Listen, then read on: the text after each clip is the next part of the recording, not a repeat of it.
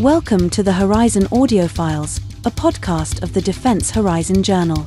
The Defense Horizon Journal is a professional and academic journal that features essays, reports, and analyses covering geopolitics and law, security and defense policy, peace and conflict studies, applied military science, as well as developments in weapons technology. For more information, go to www.tdhj.org. Episode number 42. Enhancing Battlefield Observation with Imitation Learning and Digital Twin-Based Model Training. By Mikhail Kefalakis and Nikolaus V. Karadimas. Battlefield Observation. Battlefield observation has been a critical aspect of military strategy since ancient times, providing vital information for decision-making in military endeavors. A common approach was to gather intelligence by observing the battlefield from elevated positions, such as cliffs or other high vantage points, allowing for a comprehensive view of the area of interest. Fast forward to the present day, and battlefield observation remains just as crucial for gaining insights. Still, the methods and tools have evolved to provide quicker responses and enhance predictive capabilities. In recent conflicts, satellite remote sensing methods have become integral for surveillance and reconnaissance, transforming terrain data into actionable insights for military decision-making. The digital twin concept. At the same time, the concept of the digital twin has advanced significantly. A digital twin is a digital replica of a physical entity, where events in the real world are mirrored in the virtual model. While the concept of a digital twin is not new, its application in battlefield observation has yet to be fully explored, particularly from an academic perspective. This emerging field could hold significant potential for revolutionizing how military operations monitor and analyze battlefield conditions.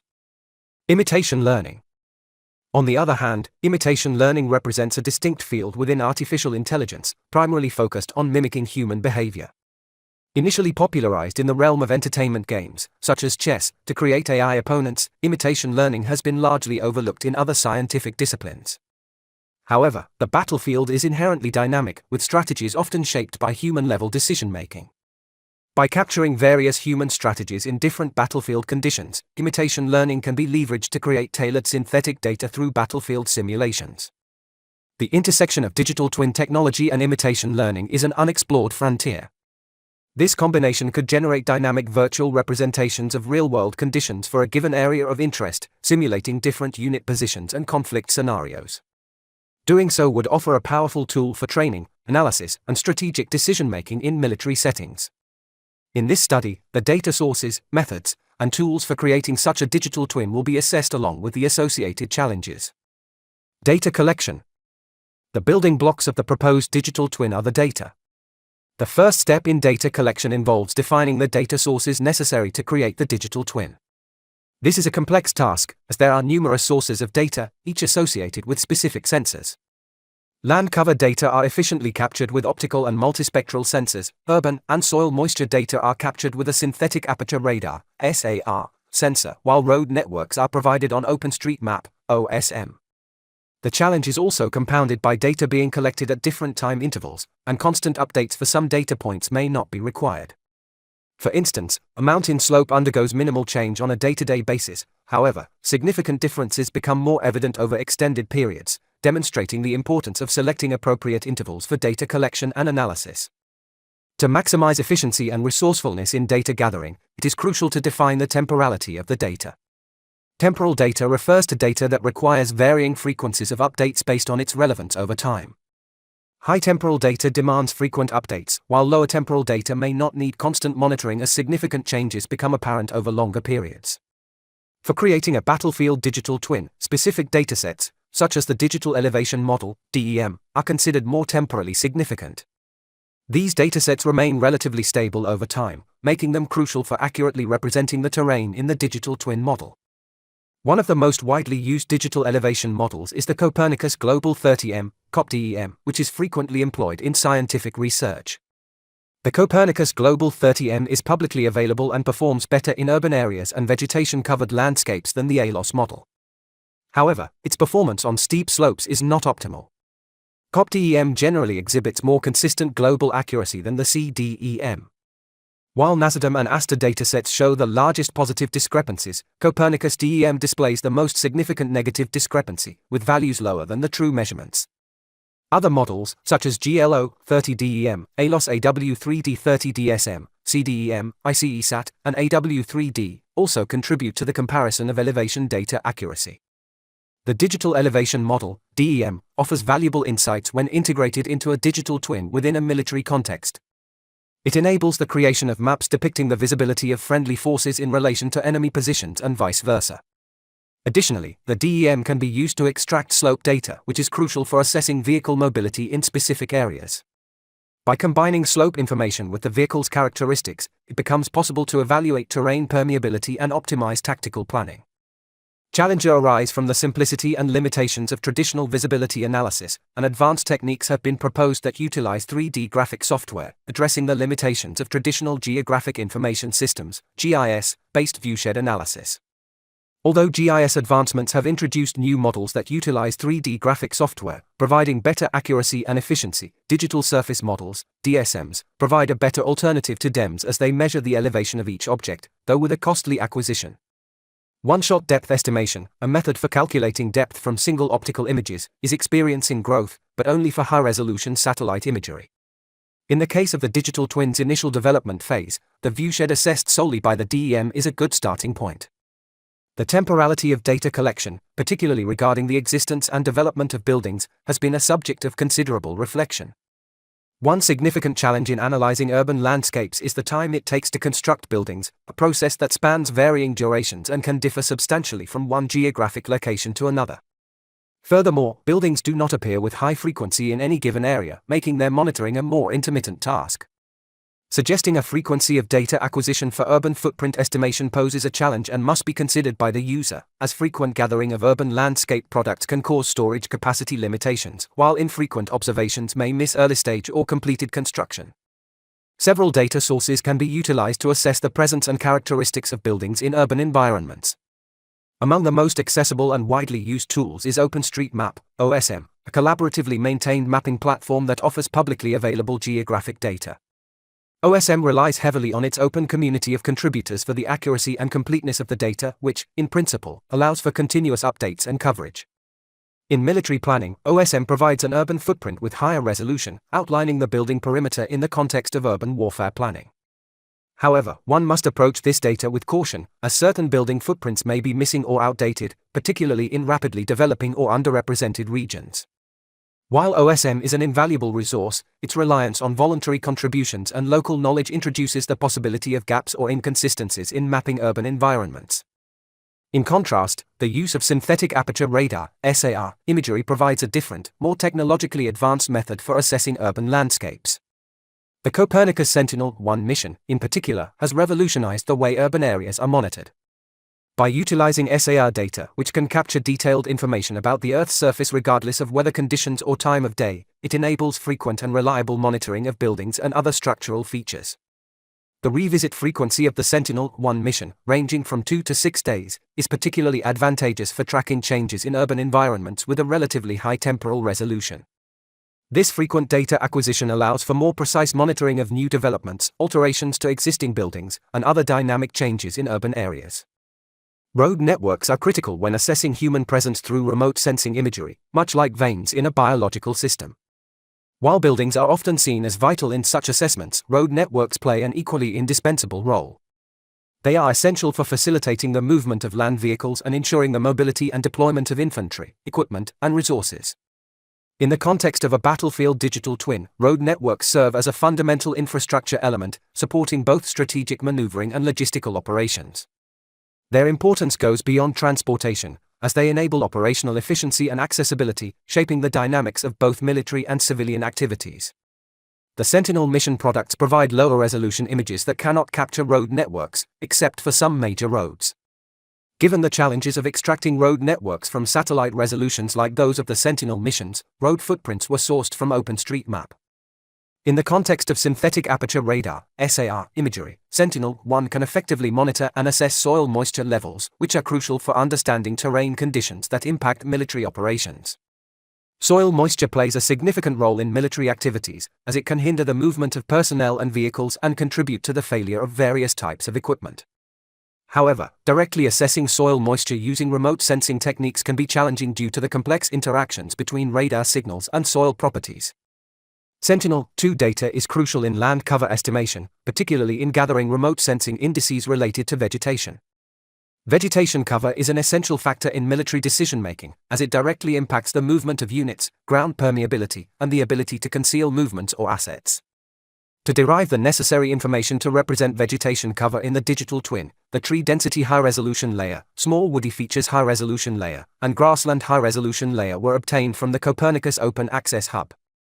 These layers were used as ground truth to correlate with remote sensing indices, ensuring that the digital twin remains continuously updated with current vegetation information. These layers provide valuable insights into vegetation characteristics, which can influence both tactical and strategic military operations. Understanding these variables is vital for assessing terrain and improving operational effectiveness in complex environments. Data cleaning and processing. The data from the aforementioned sources must be processed to transform it into relevant information. The Copernicus Global Elevation Model was utilized as the base for the digital twin and integrated into ArcGIS Pro. By processing it as a raster product, the slope of the terrain could be calculated, providing valuable insights into the terrain's morphology. To further enhance the analysis, the viewshed of military units was determined through visibility analysis, which helps assess line of sight and potential cover. Additionally, road data was incorporated into ArcGIS Pro. While each road type has distinct attributes that could affect mobility, this study chose to treat all roads equally without considering the varying weight each type might have on movement efficiency. Monitoring population displacement and urban expansion is critical as urban areas significantly impact military operations. Additionally, the timely detection of insurgent base construction is essential for strategic planning. Sentinel-1 data were obtained from the Copernicus Open Access Hub to support this. The Sentinel-1 product used for this analysis featured dual polarization, specifically HV and VV polarizations. The VV polarization is particularly effective in urban footprint estimation, as it efficiently captures backscatter from flat surfaces, making it suitable for identifying urban areas. The image is first imported into ESA's SNAP software for urban footprint estimation to begin the pre-processing procedure. Radiometric calibration is applied to the VV band to prevent any information leakage from the VH band into the VV band, ensuring the accuracy of the analysis. SAR products typically contain significant noise, known as speckle, which arises due to the interaction of electromagnetic pulses with the environment. The refined Lee filter algorithm is employed and applied to the radiometrically calibrated VV band to mitigate this speckle noise. Additionally, terrain correction is performed to minimize the influence of terrain variations on the SAR values, improving the overall data quality. Subsequently, the SAR image undergoes further processing using the speckle divergence algorithm available in ESA's SNAP software, allowing for the extraction of the urban mask. This workflow can be applied in a pipeline at user-specified time intervals, enabling continuous updates to the mask and the detection of changes, whether in the form of urban growth or population displacement. The contribution of Sentinel-1 to soil moisture estimation can be attributed to the backscatter effect, where the interaction between the soil and the electromagnetic pulse varies based on the soil moisture content. Different soil moisture levels absorb the pulse differently, providing valuable data.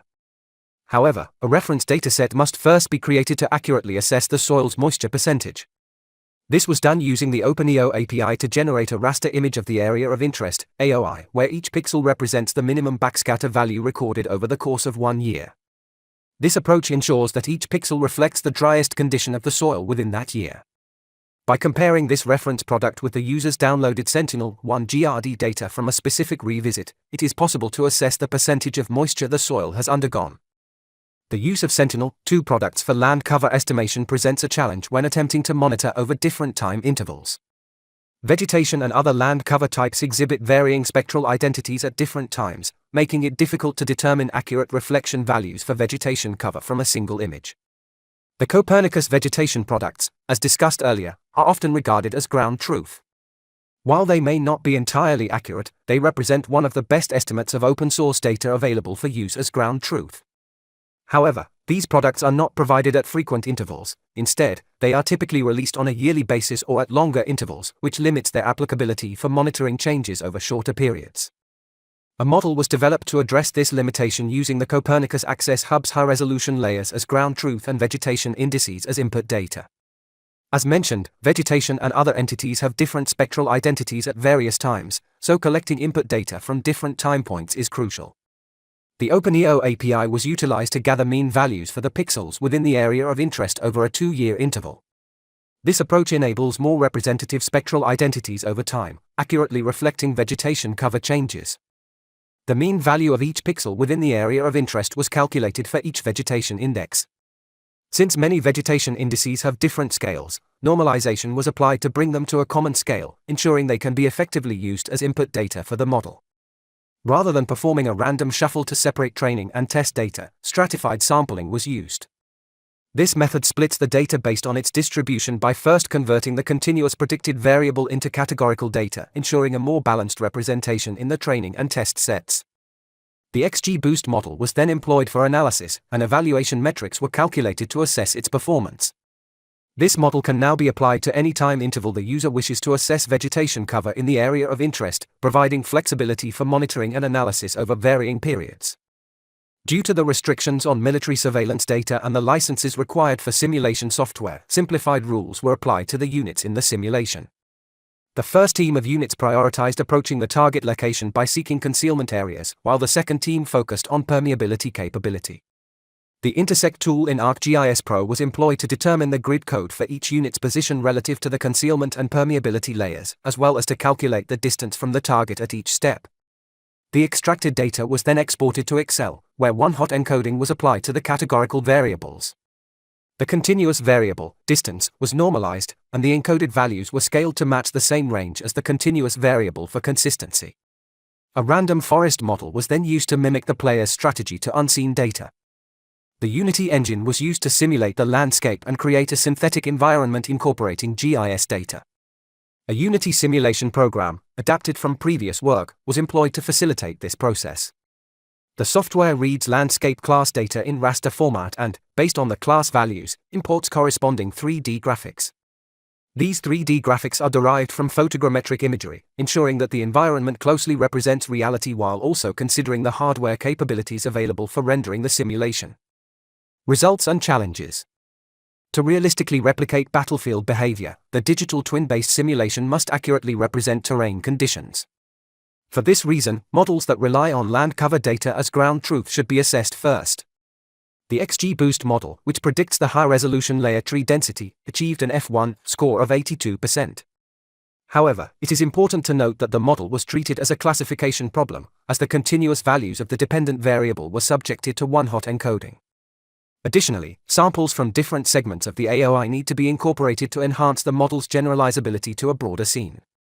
The model used to mimic the human strategy achieved an accuracy of 88% for the first strategy based on permeability and 76% for the cover suitability strategy. Both strategies were relatively straightforward, as they were based on hypothetical examples due to the unavailability of military data. However, the cover suitability strategy presents some complications. These complications arise because factors such as distance, current, and next step suitability cover alone are not the sole predictors of the strategy. Further spatial correlation approaches should be considered to explain the strategy accurately, as the player evaluates the environment based on intersecting suitability classes and those farther away. The simulation of the terrain exhibited realistic traits, as many objects were created using photogrammetry techniques. However, more commercial tools should be considered for military simulations, tools that also offer military behavior and planning functionalities. These tools would enable the visualization of variations in hypothetical ongoing conflicts based on near real-time information from the digital twin or data derived from what-if scenarios. The permeability analysis, cover suitability, and soil moisture lack ground truth and were provided here as a baseline demonstration. Data regarding vehicle permeability is challenging to obtain, as conditions such as speed and the likelihood of getting stuck must be assessed, which are difficult to reproduce in vitro. Following physical models, many of which assume ideal conditions or adhere to specific military regulations, though the exact term is unclear, is necessary to create more refined products for military applications. Additionally, the backscatter effect alone is insufficient. Integrating Sentinel-1 data with auxiliary datasets, such as those from the European Soil Database and Open Weather Map, can be a valuable add-on. By correlating SAR-based soil moisture estimates with these additional data sources, a more accurate and comprehensive understanding of soil behavior can be achieved, leading to more informed decision-making and improved operational planning. Confronting challenges. A framework for integrating data from various sources has been provided. Along with the advantages of the models based on the Copernicus high-resolution layers as ground truth data and the use of Unity for the digital twin-based simulation, some challenges must be confronted. Real battlefield behavior data must be gathered or synthetically created based on real-world engagement rules. Simulation software will serve as a valuable addition to the development of this research. Case studies should be conducted to assess whether training done through simulations from a digital twin is more effective, as well as to evaluate data generation for machine learning training and determine how closely the simulation reflects the real world.